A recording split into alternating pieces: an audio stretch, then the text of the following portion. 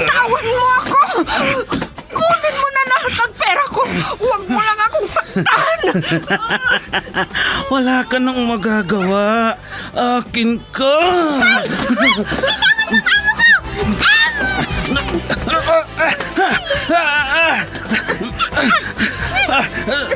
Sino kang pumulupot sa likod ko? Bumaba ka dyan.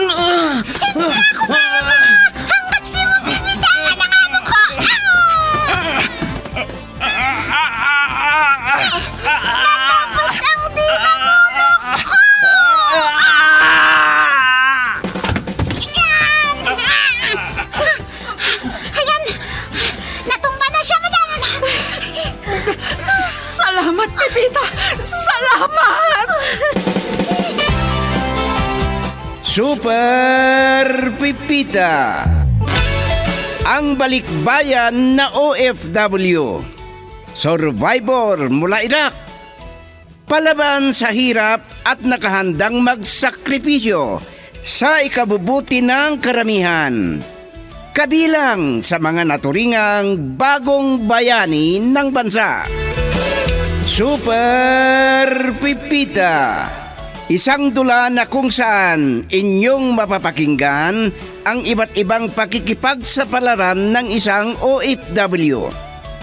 Super Pipita, mula sa Lovelet Artist and Talent Center Drama Productions, handog sa inyo ng #1 and most trusted radio network in the country, Bombo Radio Philippines. Basta Radio Bombo.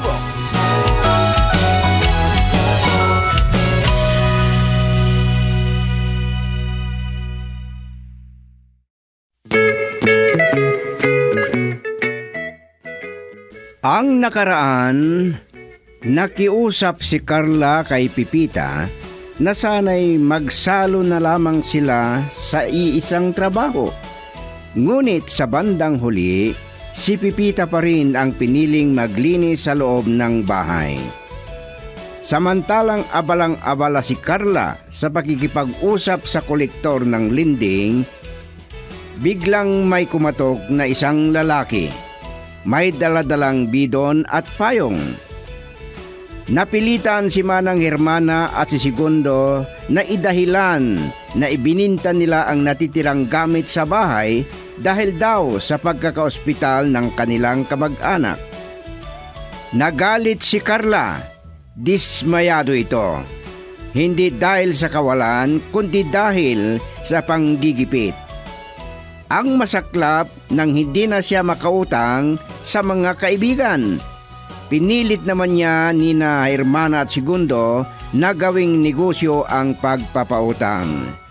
At ngayon, narito ang karugtong ng isang linggong kasaysayan na pinamagatang Kaibigan o Kaaway? Dito sa ating dula, Super Pipita.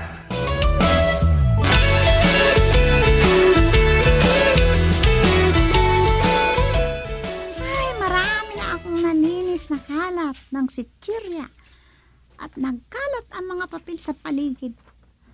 Marami na namang ulit. Tinatapon kaya ito ng mga dumadaan? Ay, ito ang mahirap kapag nasa gilid ng kalsada ang bahay. Oh, ang sipag mo naman, Pipita. Ha? Tinanggap ka na yata para sa tupada. Sa bagay, may matatanggap kang 5,000 pandagdag sa sahod mo. Anong tupad ang sinasabi mo, Maning? Sandali lang, Pipita. Ay. Bakit ikaw ang nagwawalis dito sa labas? Trabaho ito ni Carla.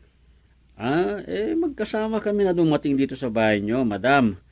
O baka natsyempohan na naman na masakit ang ulo niya.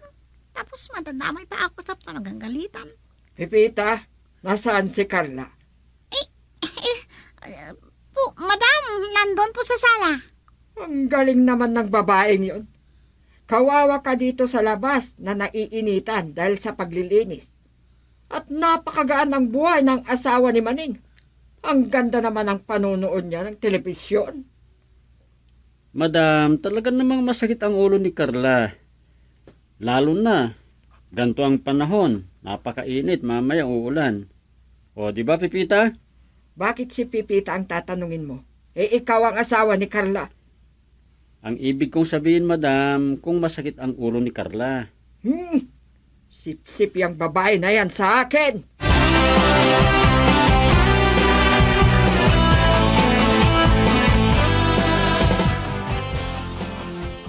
Ang hali na kasing dumating si Carla.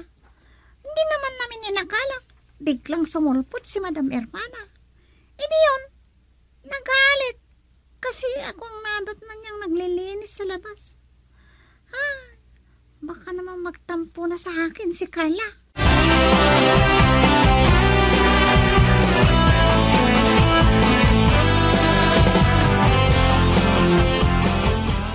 Di maganda kapag ganito. Mabuti at naisip na mag-asawa na kumuha ng katulong. Magandang trabaho ko kapag nandito ako sa loob.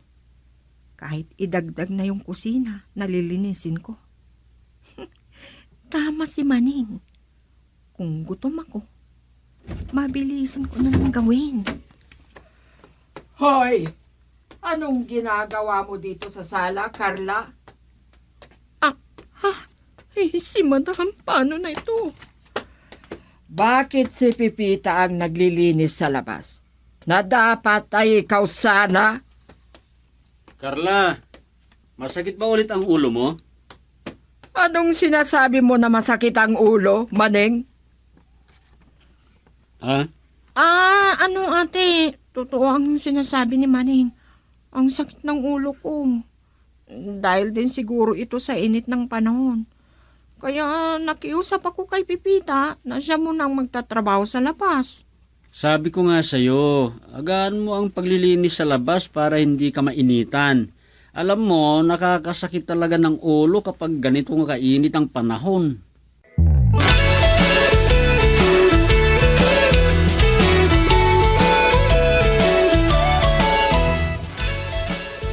Sinadya mo ata ang pakikipagpalit sa akin, Pipita.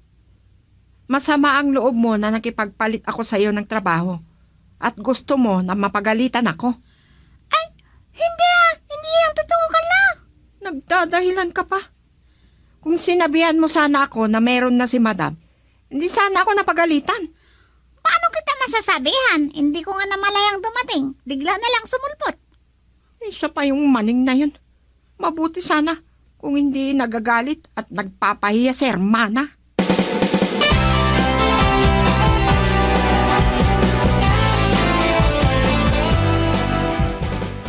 Mabuti naman at naalala mo na bumisita dito sa opisina. Pero bakit ganyan ang itsura mo, Hermana? Ay, Buti. At hindi natakot ang mga empleyado sa'yo. isa ka pa, Segundo. Ah, Pinapainit mo ang ulo ko. Anong tingin mo sa akin? Na sobrang pangit ko? Bakit mo pa ako pinakasalan kung ganoon? hindi ko sinasabing pangit ka. Pero ang sungit-sungit mo kasi. Ay, walang silbi ang babaeng yon na si Carla. Nadatnan namin si Pipita na naglilinis sa labas. Trabaho yun ni Carla. Kumalma ka muna. Umupo ka muna at sasagutin ko yung tumatawag. Si Pare Charito naman ito. At ano ang pinag-uusapan ninyo patungkol sa babaeng yon? Nagugustuhan mo ata ang kanyang pananamit na maiiksi. Akin na yung telepono at ako ang kakausap sa kanya.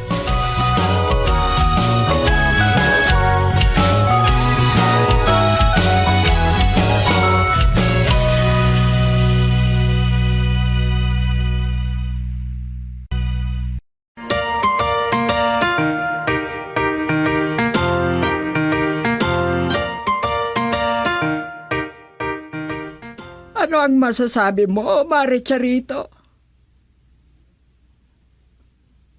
Sige. Magsabi ka na lang kay Segundo ng pandagdag mo para sa punan mo sa negosyo. Nalaman mo na pala na nagpapautang kami. Oo, dahil busy si Segundo sa negosyo namin. Kaya ako na ang inutusan niya na magpautang. 50 milyon ang sinimulan namin na utangin para sa pagninegosyo. Anong sabi mo? Magkita tayo ngayon at pag-usapan natin yung utang na sinasabi mo?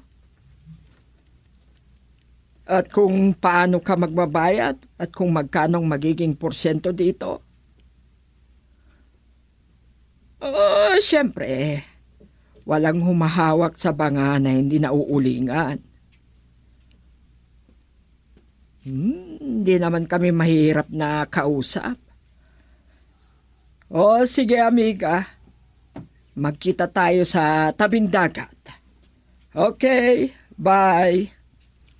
Oh, bakit sa gilid pa kayo ng dagat magkikita, Hermana?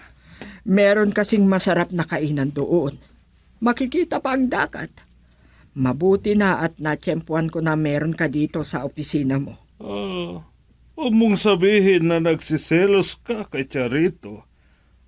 Ang tapang niya naman magsuot ng maikli. Hindi naman maganda ang katawan at medyo maitim ang mga paa. Tumigil ka nga. Bakit yung isang kaibigan mo? Nang babae lang din. Mas pangit naman doon sa asawa niya. May ba ako? Anong oras ba ang usapan ninyo? Ngayon, hiramin ko muna si Maneng. Ilibre nyo na lang si Maneng para hindi kawawang naiinggit. Hindi na ata ako narinig ni Hermana. Hinayaan niya na nakabukas ang pintuan. Kung hindi tumawag si Charito para umutang, baka nangihina at nababaliw pa yun.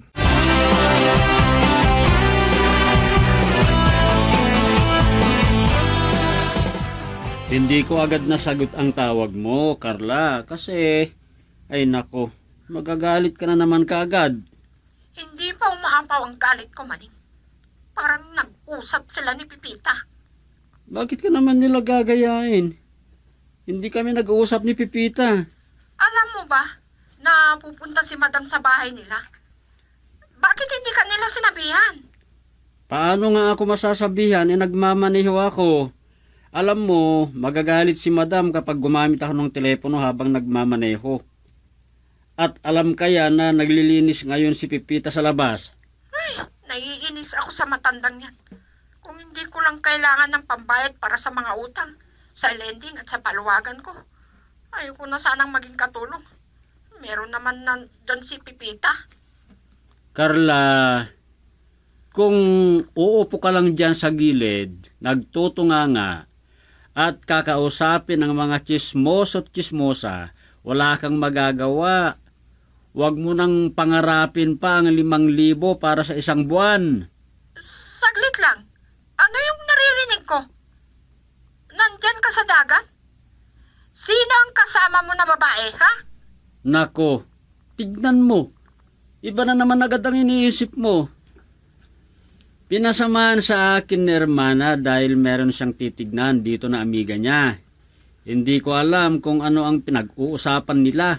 Mahirap makialam.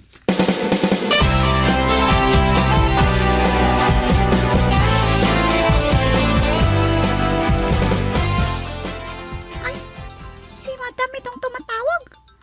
Ay, baka tumawag para ituloy niya akong pagalitan. Ay, hindi ko kasi nakausap kanina. Nagmamadali. Hello, Madam? Pipita, bakit Madam ang sabi mo sa akin? Ako si Segundo. Ay, sorry po. Pangalan kasi ni Madam yung nagpakita dito sa screen ng cellphone ko na tumatawag. Wisit. Tingnan mo nga ang buhay dahil sa sobrang daming iniisip. Hindi ko napansin na telepono pala ni Hermana ang ginagamit ko. Ha? Tumawag kasi si Charito sa telepono ko at si Hermana ang nakipag-usap. Hindi niya pala binalik ang telepono ko. Kumusta na kayo dyan? Ay, ayos lang naman po, sir. Alam mo, galit kasi si Hermana noong dumating dito sa opisina. Ay, ganito po kasi yun, sir.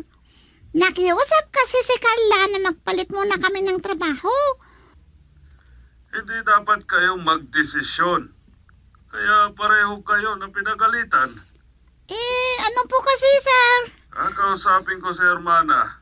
O ako na lang ang kakausap sa inyo. Sige po, sir. Maraming salamat po.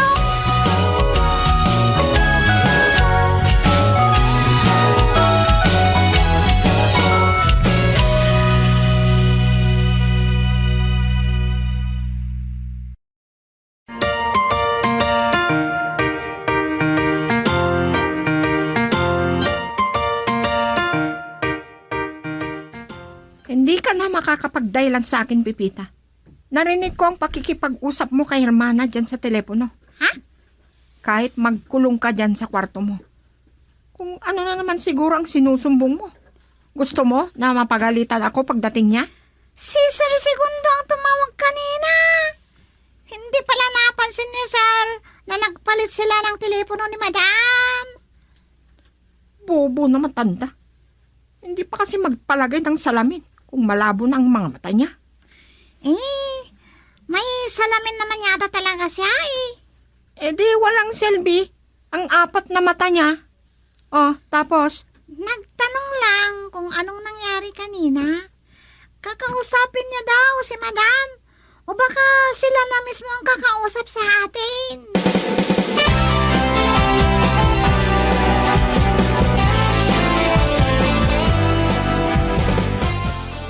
Hello!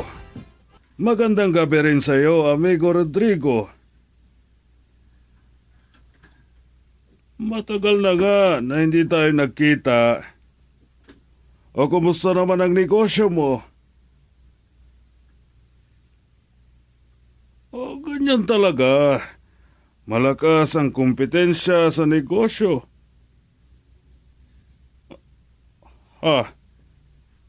Ano? Magkano ang kailangan mo, panyero?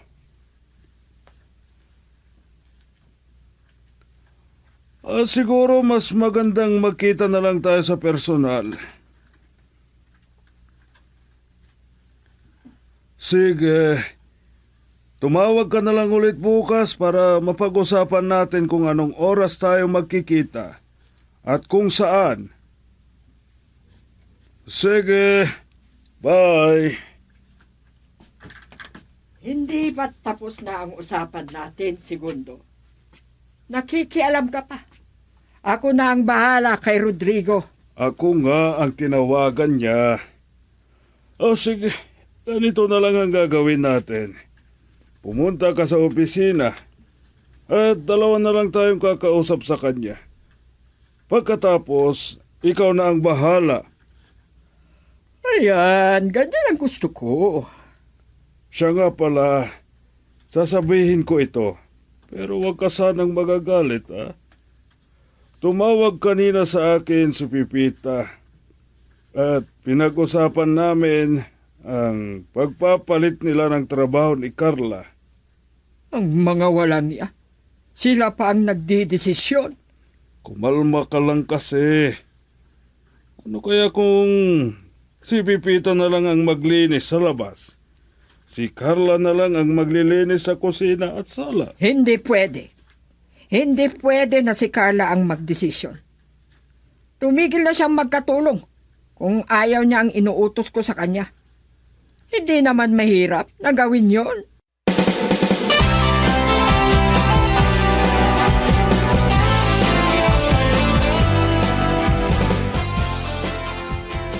Akala ko hindi na matatapos ang usapan kanina. Kanina pa tayo nakahiga. kung ano na naman yung iniisip mo. Ayaw ko nang magbuntis. Tignan mo na lang. Sabi nga nila, nag-level up na ang mga chismosa. May group chat na nga sila eh. At dun sila nag-uusap-usap kung paano nila pinag-uusapan at kung paano sisirain ang isang tao. Tumigil ka nga. Si Madam Mabel yun. natanggap na raw ang loan ko. Makukuha ko na yung pera matapos ang ilang linggo. Loan na naman. Sus, kawawa ka naman na nagbabayad. Mabuti kung nakabayad ka na sa mga kulang mo sa paluwagan. Tumigil ka nga. Makakabili na rin ako ng bagong kama at ref. Ano? Magpapatalo ka ba sa mga kapitbahay? Kahit driver ka lang at katulong ako. Ay, bukas, bibili tayo ng mga gamit. Nako, ayaw kong makipag-away sa'yo, Carla. Bahala ka na. Mapuyat lang tayong mag-away.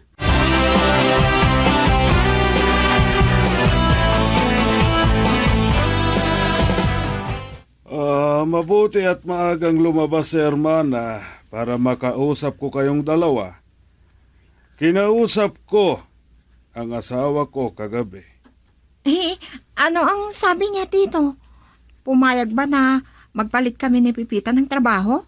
Ayaw niya. Kaya ang masasabi ko, magtulungan na lang kayo na maglinis sa harapan, sa loob at sa labas ng bahay. Pwede naman, sir. Anong masasabi mo? Kung dyan kayo masaya, Tito. Sige. Titisin ko na lang. Di bali at may payong naman. Ganyan na lang ba? O sige, pupunta na lang ako sa opisina. At kapag dumating yung oras na tapos na si Maneng at Hermana, pakisabi na pumunta ako sa opisina, ha? Sabay na tayong lumabas. Magagalit si Madam na naiwang nakabukas ang gate. Baka hindi raw namin mapansin kung sino ang papasok.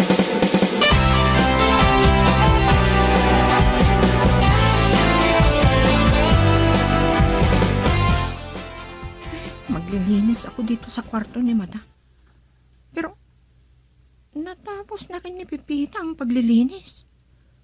Naku, talaga naman yung papaing. Bukod kay Aling Hermana, isa pa siyang kontrabida sa buhay ko. Uy, nakalapag pala sa ibabaw ng mesa ang jewelry box ni Madam. At ang daming alahas. At ano pa ito? Ay, nakalimutan pa ni Madam ang kanyang wallet. Ang daming pera. At, naku, may tulyar pa. Ay, nanginginig pa ako. Kasi kapag may nawala, baka ako ang ituro ni Pipita. Ay, nandito ka pala. Kunin ko lang sana yung hinubad ng mag-asawang mga damit nila at sama ko labhan. Ano ba yung iniisip mong yan? Tapos na tayong magkasundo. Pero tapos ka naman ang magtrabaho dito. Hindi pa. Tagal-tagal. Ayaw ni Madam ang magulo. Kahit malinis na sa tingin natin, kailangang walisin pa ng mabuti. Dahil kung may makita lang si Madam na maliit na sapot o gagambay dyan, nagagalit. Ang dami mong alam. Eh, siya nga pala. Ikaw na lang ang maglilinis sa labas para makita mo kung paparating na sila, Madam.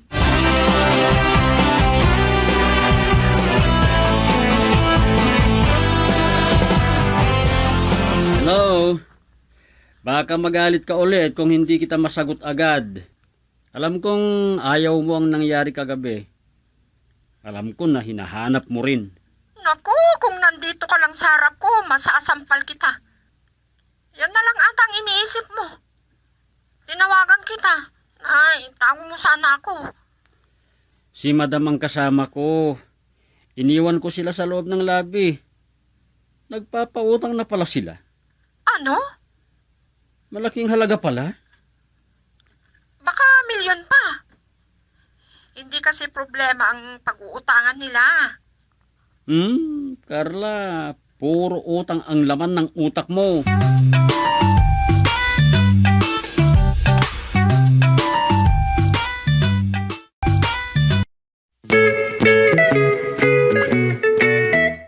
Ano ang mga susunod na mangyayari?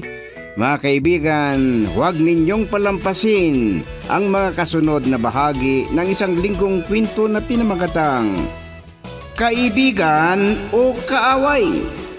Dito sa ating dula, Super Pipita. Isinulat para sa radyo ni Delphine Dumayas at sa direksyon Litias Rodilio Aquino. Handog sa inyo ng number 1 and most trusted radio network in the country, Bombo Radio Philippines. Basta Radio Bombo.